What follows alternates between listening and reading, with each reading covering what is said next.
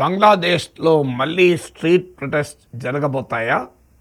ఈ ప్రమాదం ఎందుకు చెప్పాల్సి వస్తుందంటే, తాజాగా జమాతీ ఇస్లామీ బంగ్లాదేశ్ నాయకత్వంలోని కూటమి, ఇందులో నేషనల్ సిటిజన్ పార్టీ, షేక్ హసీనాకు వ్యతిరేకంగా జరిగిన స్టూడెంట్ ప్రొటెస్ట్లకు నాయకత్వం వహించిన వారు ఏర్పాటు చేసిన పార్టీ 11 పార్టీల కూటమి హెచ్చరించింది బంగ్లాదేశ్ నేషనలిస్ట్ పార్టీ ప్రభుత్వాన్ని. ఇంకా ఇప్పుడిప్పుడే తారిక్ రెహమాన్ బాధ్యతలు చేపడుతున్నాడు. సో ఆ సమయంలో హెచ్చరించింది, మళ్ళీ స్ట్రీట్ ప్రొటెస్ట్లకు మేము వెళ్తాము అని. అంటే హసీనాను ఎలాగైతే వీధి పోరాటాలతో గద్దెదించామో అలాంటి వీధి పోరాటాలు జరుపుతామంటూ హెచ్చరించింది. అక్కడ తాగకుండా బంగ్లాదేశ్లో ఎన్నికలు జరిగిన విధానం రిగ్గింగ్ జరిగింది, ఫ్రాడ్ ఇది సరిగా జరగలేదు, మళ్ళీ దేశంలో ఫాసిజం నెలకొని ఉంది అని హెచ్చరించింది. గతంలో షేక్ హసీనా ప్రభుత్వాన్ని కూడా ఇదే రకమైన భాషతో మాట్లాడారు, ఫాసిజం అని. ఇంట్రెస్టింగ్ ఏంటంటే, ఈ ఎన్నికల్లో దేశం పెద్ద భారీ ఎత్తున హింసాకాండ జరుగుతున్న భయపడ్డా జరగలేదు. 400 మంది అంతర్జాతీయ అబ్జర్వర్స్ ఈ ఎన్నిక పట్ల సంతృప్తి వ్యక్తం చేశారు. పెద్దగా ప్రపంచంలో ఎక్కడ ఆరోపణలు రాలేదు. అంత క్రైసిస్ రీడన్ కంట్రీలో ఆ మేరకు ఎన్నికలు జరగడమే ఆశ్చర్యం. అయితే ఈ ఎన్నికల్లో చాలామంది ప్రిడిక్ట్ చేసేది అంటే, జమాత్ ఇస్లామీ బంగ్లాదేశ్ చాలా టైట్ ఫైట్ ఇస్తుంది బిఎన్పీకి అనుకున్నారు. అది జరగలేదు. బంగ్లాదేశ్ నేషనల్ పార్టీ భారీ మెజారిటీతో గెలిచింది. దాంతో జమాత్ ఇస్లామీ ముందు చెప్పింది ఏంటంటే, మేము కన్స్ట్రక్టివ్ అపోజిషన్గా ఉంటే మేము మా బాధ్యత నిర్వర్తిస్తామని. అలాగే స్పష్టమవుతుంది జమాత్ ఇస్లామీ బంగ్లాదేశ్ క్యారెక్టర్. మళ్ళీ మీ వీధి పోరాటాలకు సిద్ధమవుతాం అంటూ చెప్తున్నారు. అంటే తాము గెలిస్తే ఎన్నికల సక్రమం, తాము గెలవలేదు కనుక ఎన్నికల ఫ్రాడ్ అని చెప్తున్నారు. వాస్తవంగా జమాత్ నాయకత్వంలోని 11 పార్టీ కోalitionకు 76 సీట్స్ కూడా వచ్చాయి.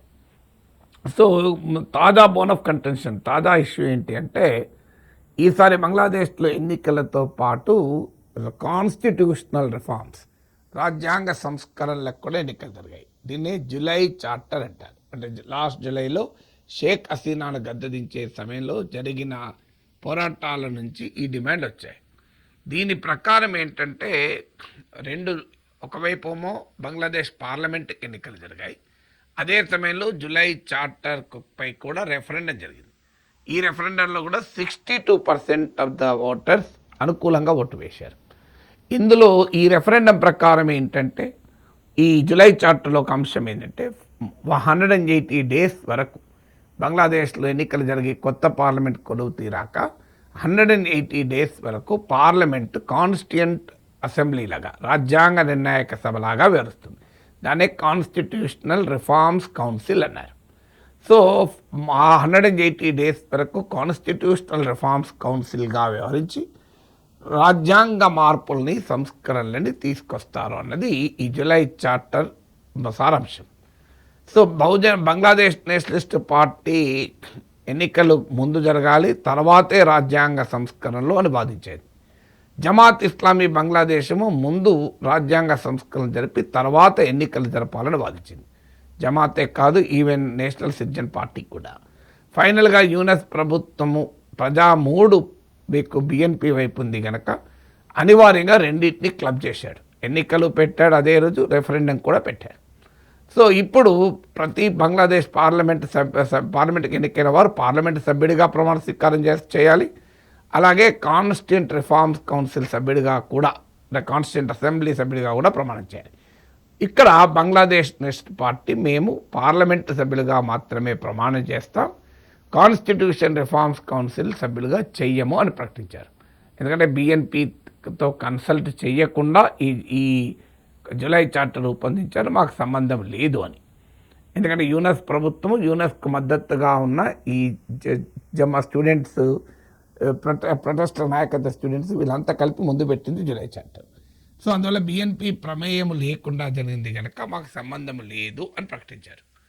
జమాత్ నాయకత్వంలోని 11 పార్టీల ఇస్లామిస్ట్ కోalition డిమాండ్ ఏంటంటే, బంగ్లాదేశ్ నేషనల్ పార్టీ సభ్యులు కనుక కాన్స్టిట్యూషన్ రిఫార్మ్స్ కౌన్సిల్ మెంబర్స్గా ప్రమాణ స్వీకారం చేయకపోతే మేము పార్లమెంట్ సభ్యులుగా కూడా చెయ్యము అని భీష్మించుకున్నారు. ఫైనల్గా అయితే జమాత్ సభ్యులు ప్రమాణం చేశారు. ఇంకా నేషనల్ సిటిజన్ పార్టీ వాళ్ళు చేయాల్సి ఉంది. ఇప్పుడు జమాత్ ఇస్లామీ ఈ కాంటెక్స్ట్లో హెచ్చరించారు ఏంటంటే, మీరు జూలై చార్టర్ అమలు చేయకపోతే మేము మళ్ళీ స్ట్రీట్ ప్రొటెస్ట్లకు వస్తాము అని. సో జమాత్ క్యారెక్టర్ కూడా అదే, అది పాకిస్తాన్ అనుకూల పొలిటికల్ పార్టీ, బంగ్లాదేశ్ లిబరేషన్ వ్యతిరేకించింది, పాకిస్తాన్తో కలిసి బంగ్లాదేశ్ స్వాతంత్ర పోరాటంపై భయంకరమైన నిర్బంధ కాండను ప్రయోగించింది, హత్యలు, గృహదానాలు, అత్యాచారాలు జరిపిన చరిత్ర ఉంది. అందువల్ల దే కన్సిడర్డ్ as కొలాబరేటర్స్. వాళ్ళను బంగ్లాదేశ్లో రజాకర్స్ అని పిలుస్తారు. సో వాళ్ళు కొలాబరేటర్స్ విత్ పాకిస్తాన్ని. సో అవామీ లీగ్ టైంలో జమాత్ ఇస్లామీ పైన అనేకసార్లు నిషేధాలు కూడా విధించారు. మీకు 1971లో బంగ్లాదేశ్ ఏర్పడ్డాక 1972లోనే జమాత్ ఇస్లామీ బంగ్లాదేశ్ నిషేధానికి గురైంది. ఆ తర్వాత మీకు షేక్ ముజిబుర్ రహమాన్ హత్య తర్వాత 1976లో జమాత్ ఇస్లామీ బంగ్లాదేశ్పై నిషేధాన్ని ఎత్తివేశారు. 2001 ఎలక్షన్స్లో అవామీ లీగ్ని ఎదుర్కోవటానికి బంగ్లాదేశ్ నేషనల్ పార్టీ జమాత్ ఇస్లామీతో కూడా చేతులు కలిపింది. ఆ తర్వాత 2013లో మళ్ళీ బంగ్లాదేశ్ సుప్రీంకోర్టు జమాత్ను నిషేధించింది. 2025లో మహమ్మద్ యూనస్ చీఫ్ అడ్మినిస్ట్రేటర్ అయ్యాక షేక్ హసీనా పతనం తర్వాత మళ్ళీ నిషేధాలు ఎత్తివేశారు. అందువల్ల బంగ్లాదేశ్ నేషనల్ పార్టీకి అవామీ లీగ్ మధ్యనే వైరం ఉన్నప్పుడు బిఎన్పికి జమాత్ మిత్రపక్షం, కానీ ఇప్పుడు అవామీ లీగ్ రిజిస్టర్ అయింది, నిషేధం ఎదుర్కొంది కనుక ఫైట్ బిఎన్పి వర్సెస్ జమాత్ అయింది. ఒక దశలో జమాత్ ఇస్లామీకి వ్యతిరేకంగా మీకు జమాత్ ఇస్లామీ నాయకత్వంలోని ఇస్లామిస్ట్ కూటమికి వ్యతిరేకంగా బిఎన్పి అవామీ లీగ్ కూడా కలుస్తాయి అని కూడా వార్తలు వచ్చాయి. అయితే అవామీ లీగ్ ఎన్నికల్లోనే పాల్గొనివ్వలేదు కనుక ఆ ఇష్యూ ముందుకు రాలేదు. అందువల్ల మళ్ళీ బంగ్లాదేశ్లో ఒక వీధి పోరాటాలకు జమాత్ నాయకత్వం ఇస్లామిస్ట్ కూటమి సిద్ధపడుతుందా అని అనుమానం కలుగుతుంది. అదే జరిగితే షేక్ హసీనా పతనానంతరం 18 months ఈ క్రైసిస్, క్యావాస్, గందరగోళం నడిచింది. ఇప్పుడు ఎన్నికలు జరిగి మళ్ళీ కాస్త ప్రశాంతత ఏర్పడుతుంది అనే వాతావరణం వస్తే జమాత్ ఇస్లామీ బంగ్లాదేశ్ అలాగే నేషనల్ సిటిజన్ పార్టీ ఇచ్చినటువంటి హెచ్చరికలు, చేసిన బెదిరింపులు మరోసారి బంగ్లాదేశ్లో ఆందోళనకు కారణమైంది.